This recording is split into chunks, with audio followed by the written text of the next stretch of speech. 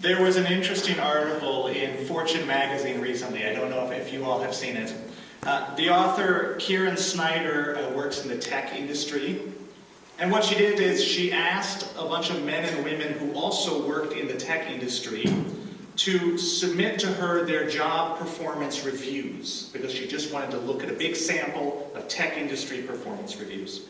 And they did. She received like 280 responses, positive and negative, male and female. And she looked at how the performance reviews broke out by the gender of the people being reviewed. And it turns out that it doesn't matter who was doing the reviewing for the results. She noted that both men and women received negative feedback on their performance, right? Which you would expect. But women almost uniquely received negative feedback on their personality. For example, a man would get feedback like this. There were a few cases where it would have been extremely helpful if you had gone deeper into the details to move an area forward. Women get that kind of feedback too. But they also got feedback like this. You can come off as abrasive sometimes. I know you don't mean to, but you need to pay attention to your tone. So Karen writes, this kind of negative personality criticism, watch your tone, stop being so judgmental, shows up twice in the 83 critical reviews received by men. It shows up in 71 of the 94 critical reviews received by women. The article continues, words like bossy, abrasive, strident, and aggressive are used to describe women's behaviors when they are leading. Abrasive alone is used 17 times to describe 13 different women. Among these words, bossy, abrasive, strident, and aggressive, only the word aggressive shows up in men's reviews at all, 3 times, twice with an exhortation to be more of it. In the business world, men get to be aggressive, women get to be abrasive. Now, each month this year we've been introducing a new social justice theme for special reflection, and February's theme is women's rights. Only, let's not say women's rights, let's say feminism. Because feminism has become like a dirty word in our culture, or at least a problematic word, a troubled word. It's a word that could use a few friends and allies these days. So the message of our service today is a simple one, and I'm going to give it right up front. Feminism is as Unitarian Universalist as chalices and vegan potlucks and coexist bumper stickers. It is as Unitarian Universalist as Emerson and Thoreau and not getting to church on time. Feminism is not only as UU as our 7 principles, feminism wrote our 7 principles. It brought them into being. It also wrote our water communion, if you're familiar with that ritual. Feminism is deep in our history and our values and our cultural DNA. And it is so because feminism is a movement for human liberation, and Unitarian Universalism is ultimately all about human liberation in body, mind, and spirit. We should be wearing the label feminist proudly. And we should be wearing it loudly as well, because we need us some feminism. And I'm not talking about in faraway places overseas. It's very easy to criticize other cultures somewhere far away over there. I'm talking about right here at home in America. Because right here at home, women's access to basic health services like birth control and abortion are under attack, particularly in Indiana. And right here at home, women still suffer from job and wage discrimination. And right here at home, women are still targeted for violence and domestic abuse. And let's not forget that trans women are especially targeted for violence. But more generally, we need feminism because right here at home, we still have a culture that's afraid of female power. Afraid of female power. And a culture that's afraid of female power limits the development of everyone within it. Women, to be sure, but also everyone. Now, this fear of female power runs very deep in Western civilization, really in world culture, right? Of course, it is found in religion, and I often suspect that much of religious fundamentalism is rooted in a desire to control women, especially their sexuality, but that's sort of a thesis for another day. But my favorite image for this fear of women and fear of female power doesn't come from the Bible, and it doesn't come from the modern feminist movement. It comes from the novel Jane Eyre. Now, Jane Eyre is one of the greatest novels in English literature. It was written by Charlotte Bronte in 1847 and published under the pen name Currer Bell, because it wouldn't do for a woman to write a novel in 1847. And it tells the story of an orphan girl named Jane, who, despite growing up in very harsh circumstances in an institutional school for abandoned girls, becomes the governess of a fictional Thornfield Hall, and eventually the wife of its master, the mysterious Lord Rochester. Now, this novel has everything that an English major could possibly want. It's a psychologically astute character study of its titular hero, but it also explores issues of race, class, sex, rank, and religion in Victorian England. It is absolutely of its time, and yet it's ahead of its time. It can be read as feminist, Freudian, post-colonialist, and yet it's sui generis. It's a one-of-a-kind creation of this kind of bonkers world that the Bronte sisters lived in. And on top of all of that, all of its complexities and insights are wrapped up in this kind of crazy, sensational, gothic mystery story. My copy of Jane Eyre actually has a cover picture of the heroine, and she's kind of like hoisting aloft a candelabra and opening like a spooky castle door, you know? So someone might think I'm reading Nancy Drew and the Mystery of the Haunted Manor or something like that. So anyway, our orphan girl turned governess heroine, Jane, as befitting a Victorian heroine, is intelligent, independent, self-possessed, impeccably moral and principled, and deeply repressed. She's also navigating a world of very limited options. She can be a governess, she can be a missionary, she can be a wife. The Lord of Thornfield Hall, Mr. Rochester, is equally intelligent. He's also sardonic and brooding and mysterious and hunky and kind of all the things that you'd expect a good Gothic hero to be. He fits the bill. And he and Jane become taken with each other's mutual wit and independence, and they fall in love. And despite living in very different worlds, Rochester asks Jane to marry him, which as a poor orphan girl is the best option her society allows her. It's practically the only option her society allows her.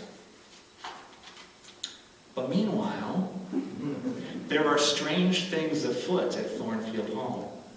A mysterious figure is stalking the castle at night, laughing hideously, setting things on fire, even stabbing one of the guests. And on the evening of the impending wedding, the truth of this mysterious figure is finally revealed. Now, spoiler alert. If you haven't read Jane Eyre, I'm going to ruin the book now. So do one of these la la la la like 30 seconds, okay? Because it turns out the secret is Lord Rochester is already married to Bertha, a crazy woman who he keeps locked in the attic, like you do. Now, Bertha is everything that Jane is not. Where Jane is intellectual, self-possessed, principled, and chaste, Bertha is wild, mocking, violent, overtly sexual, and very, very angry. They try to keep her locked away, but time and again she gets out. And when Bertha gets out of the attic, bad stuff happens. People get cut. And in the end, the madwoman in the attic burns Thornfield Hall right to the ground. Now, this is one of my favorite images in literature because it is such a perfect expression of cultural anxiety. there's a crazy woman in the attic, and if we let her out, she's going to burn our collective house down. And the power of women is just like that.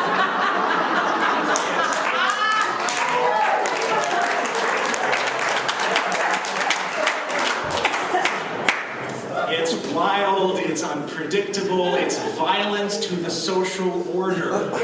It has to be contained and constrained and locked up, or it will burn. Now, what that means to have our collective house burned down has varied at different times in our nation's history. During the suffragette period, when Unitarians like Lucy Stone and Elizabeth Cady Stanton and Susan B. Anthony, shout out to the Unitarians, were fighting for women's equality and the right to vote, they were portrayed in popular cartoons, and you can see these online, they're something to see, as like rampaging, violent women. They're like hitting men, and they're knocking them over, and they're running over policemen, and they're storming Capitol Hill, and they're just generally like wrecking civilization. And the fear then was that women, sort of tainted by the corruption of politics, would become like men. Violent and coarse and just out of control. Now, flash forward about 100 years, we know women did get the vote. So in the 60s and 70s, with this new wave of feminism, there's kind of an added fear that now men are going to be forced to become like women, right? Men are going to be doing things like cooking meals, doing housework, holding babies, expressing their feelings. You know, some of them are like growing their hair long. Just craziness. And of course, there was the fear that women were going to burn down the institution of heterosexual marriage.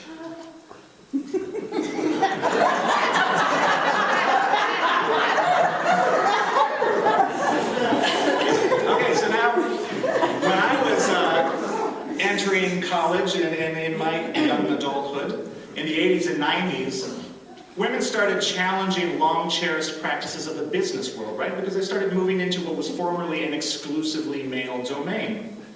And things changed. It was no longer kosher to make your business deals exclusively in strip clubs and on the golf course. And you couldn't put swimsuit calendars in your cubicle anymore.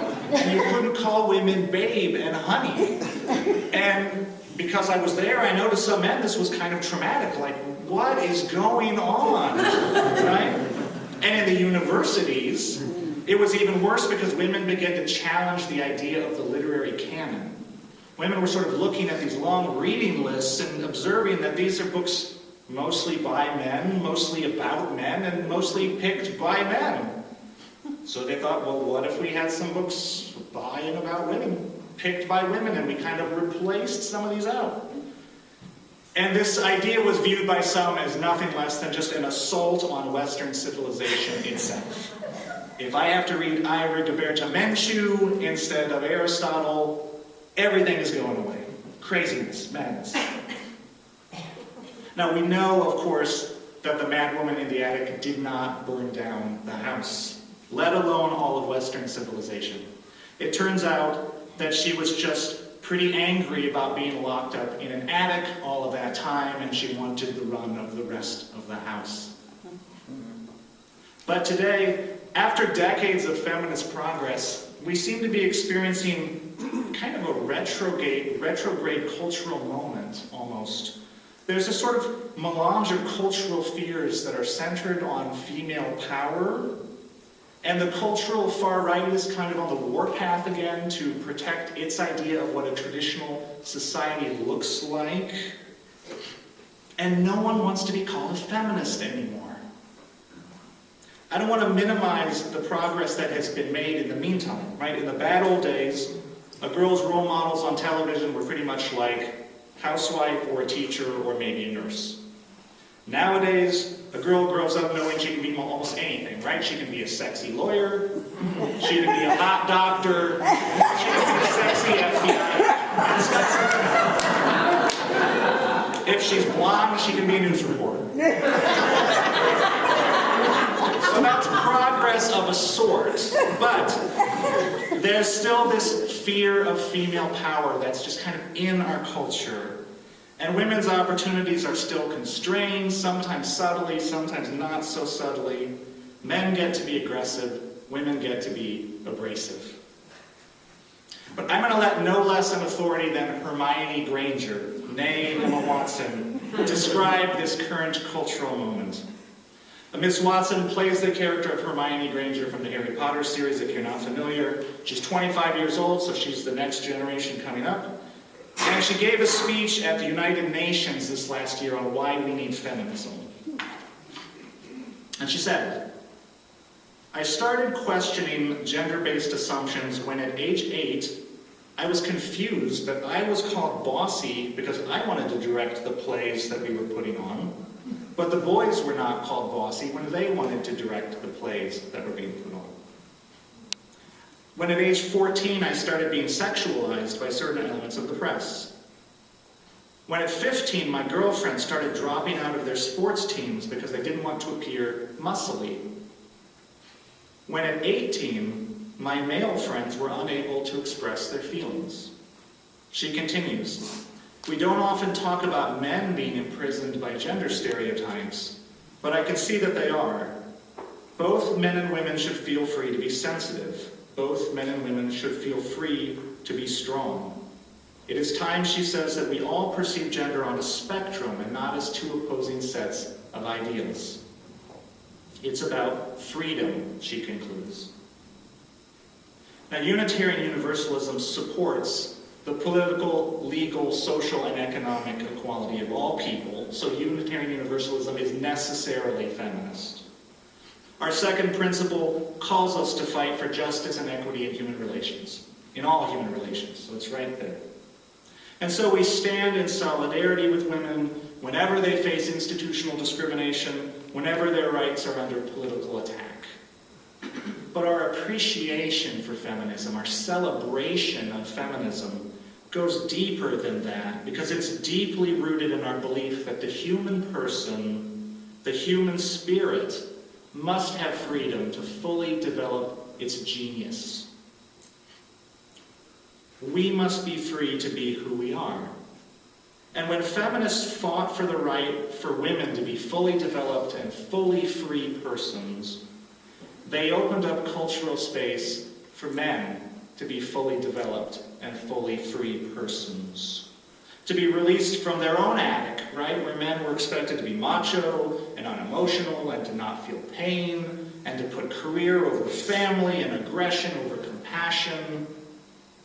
Feminists let men out of that attic at the same time that they were demanding to be let out of their own. And they opened up space for GLBT freedom and dignity as well. They opened up space along the entire spectrum of gender identity and expression for people to be their authentic selves. In short, feminism has expanded the storehouse of permissible dreams. Feminism has expanded the storehouse of permissible dreams. And what greater gift is there to give to the world? So Unitarian Universalism sees feminism as a force for human liberation that serves all people. It is a force that is still very much needed today. And I invite us all to wear that label proudly and say it loudly: I am a feminist. Hear, hear. Amen.